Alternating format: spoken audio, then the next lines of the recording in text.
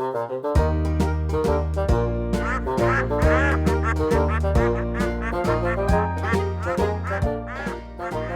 to Binthereflockthat, the only podcast where the birds have more followers than the host, who is me, Ben Kennedy. Today's guest is a local comedian who brings the house down every month at the Eastside Eatery, Bob McCumber. But first, I would like to chat about my experience with stand-up comedy.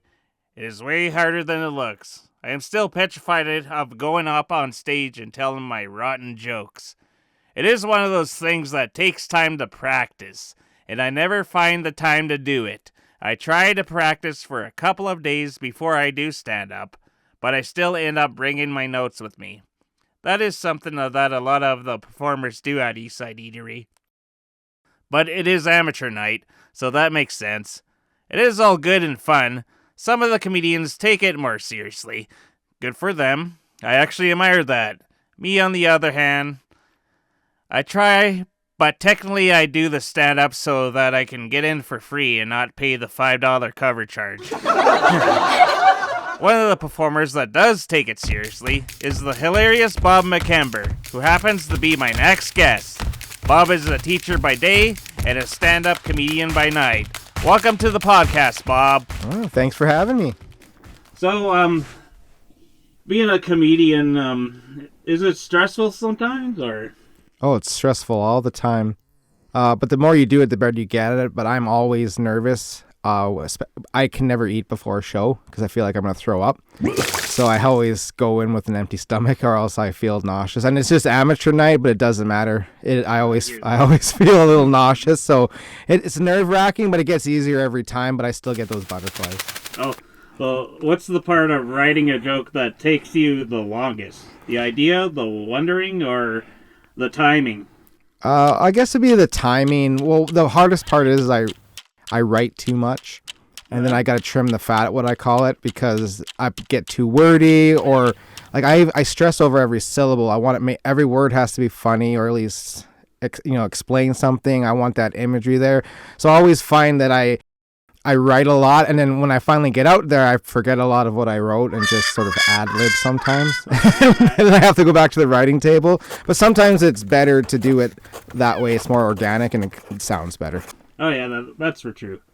Can you describe the moment you realize stand-up is way harder than people think? I don't. If someone says stand-up is easy, they either have never done it or they're a genius. I just seen people up there, you're in a room for, even if it's 4 people or 40,000, it's hard. You gotta, because when you look out into that audience, anyone who's never been on the stage hasn't looked out into an audience and seen someone not laughing. Yeah. And then you start to get in your head, you're like, am I not funny? You could have 50 people laughing and you look at that one person not laughing and you're like, how do I get them to laugh? Why aren't they laughing? Do they just not like me? What's going on? Is it me? So yeah, anyone who thinks stand-up's easy is crazy. Oh yeah, I hear that. Sometimes I get overwhelmed when I'm out on the stage and you forget some things. Oh, for sure, yeah, absolutely. How do you test your new material? How do you test the new material? Do you throw it into a set cold or build up to it?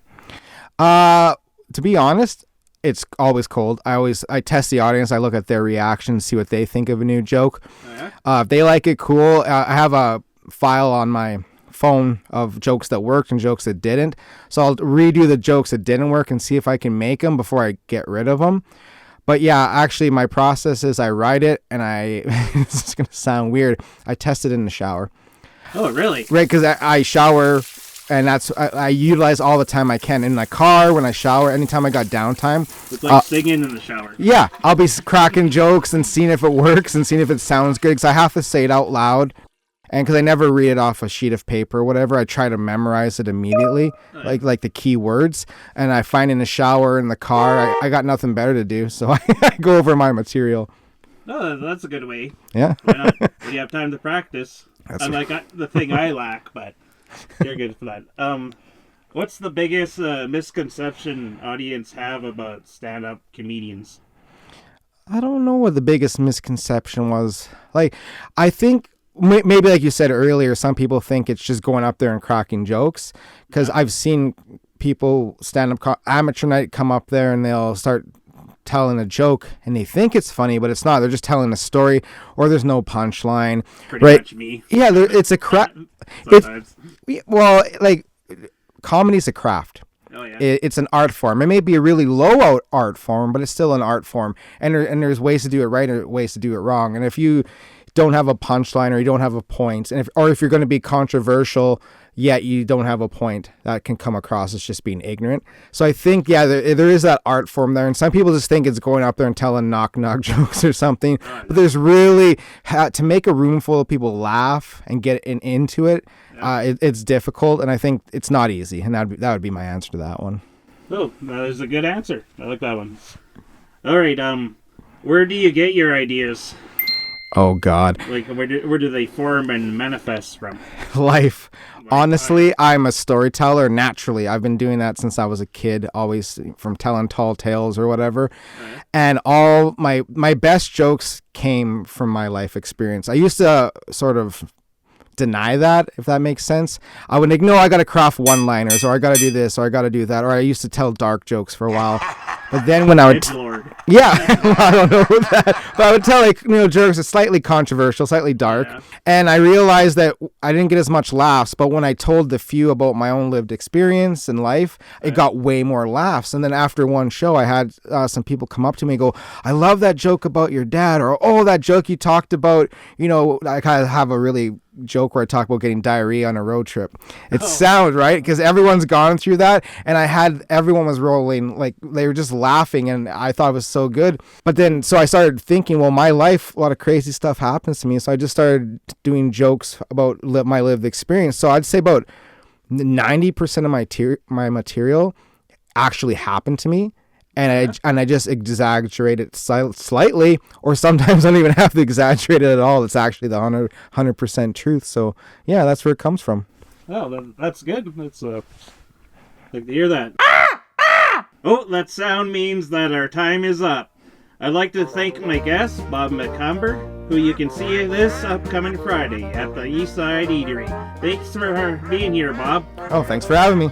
Anytime.